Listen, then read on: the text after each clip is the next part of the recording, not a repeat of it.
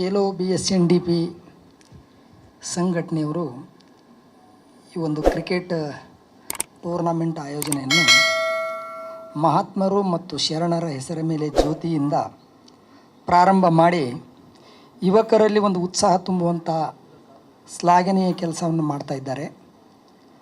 ಬ್ರಹ್ಮಶ್ರೀ ನಾರಾಯಣ ಗುರುಗಳು ಒಂದೇ ಜಾತಿ ಒಂದೇ ಮತ ಒಂದೇ ದೇವರಂತ ಸಾರಿದ್ದು, ಆ ಒಂದು ಗುರುವಿನ ಹೆಸರ ಮೇಲೆ ಈ ಒಂದು ಸಂಘಟನೆ ಇಂಥ ಒಂದು ಉತ್ತಮ ಕಾರ್ಯಕ್ರಮ ಮಾಡ್ತದಂದ್ರೆ ತುಂಬ ಹೆಮ್ಮೆಯ ವಿಷಯ.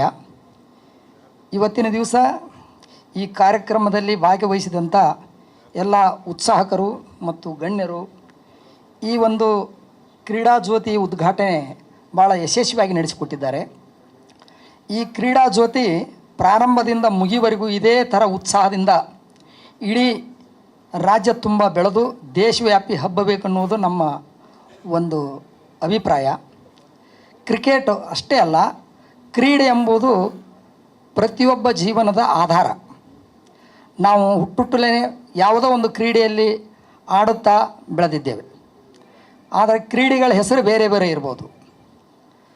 ಈ ಕ್ರಿಕೆಟ್ ಎಂಬುದು 1478ರಲ್ಲಿ ಫ್ರಾನ್ಸ್ ದೇಶದಲ್ಲಿ ಪ್ರಾರಂಭವಾಗಿ ಇವತ್ತು ಇಡೀ ಜಗತ್ತು ಮೆಚ್ಚುವಂಥ ಅಚ್ಚುಮೆಚ್ಚಿನ ಆಟವಾಗಿದೆ. ನಮ್ಮ ಭಾರತೀಯರು ದೇಶ ಆಟ ಆದಂಥ ನಮ್ಮ ಬಿಟ್ಟು ಅದಕ್ಕಿಂತಲೂ ಜಾಸ್ತಿ ನಮ್ಮ ಈ ಕ್ರಿಕೆಟವನ್ನು ಪ್ರೀತಿಸ್ತಾ ಇದ್ದಾರೆ.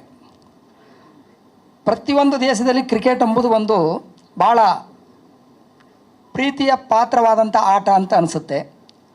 ಹಾಗಾಗಿ ನಮ್ಮ ಭಾವನೆಗಳು, ನಮ್ಮೆಲ್ಲರ ಜೋಡಿ ನಮ್ಮ ಭಾವನೆಗಳು ಹೇಗಿರಬೇಕಂದ್ರೆ ಆ ಕ್ರಿಕೆಟ್ ಜೊತೆ, ಆಟದ ಜೊತೆ ಭಾವನಾತ್ಮಕವಾಗಿ ಕೂಡಿರಬೇಕು. ಭಾವನೆಗಳು ಸಾವಿರಾರು ಇರುತ್ತವೆ. ಪ್ರತಿಯೊಬ್ಬ ವ್ಯಕ್ತಿಗೆ ಒಂದೊಂದೇ ಭಾವನೆಗಳಿರೂ ಸಹಿತ ಮನುಷ್ಯನಲ್ಲಿ ಅತಿ ಪ್ರಮುಖವಾದಂಥ 2 ಭಾವನೆಗಳನ್ನು ನಾವು ಬಿಟ್ಟಾಗ ಪ್ರತಿಯೊಂದು ಕ್ಷೇತ್ರದಲ್ಲಿ ನಾವು ಬೆಳೆಯಲು ಸಾಧ್ಯ. ಆ 2 ಭಾವನೆ ಯಾವುದಂದರೆ, ಒಂದು ನಾನು, ಇನ್ನೊಂದು ನನ್ನದು. ನನ್ನಿಂದ ಮತ್ತು ನಾನು ಎಂಬ ಅಹಂಕಾರ ಬಿಟ್ಟಾಗ ಪ್ರತಿ ಕ್ಷೇತ್ರದಲ್ಲಿ ನಾವು ಬೆಳೆಯಲು ಸಾಧ್ಯ. ಇಲ್ಲಿ ನೆರೆದಂಥ ಲೀಡರ್ಗಳಾಗಿರ್ಬೋದು, ಉದ್ಯಮಿಗಳಾಗಿರ್ಬೋದು, ಇವತ್ತು ಇವರು ಶ್ರಮ ಇಲ್ಲದೇ ಬೆಳೆದು ಬಂದು ನಿಂತವರಲ್ಲ.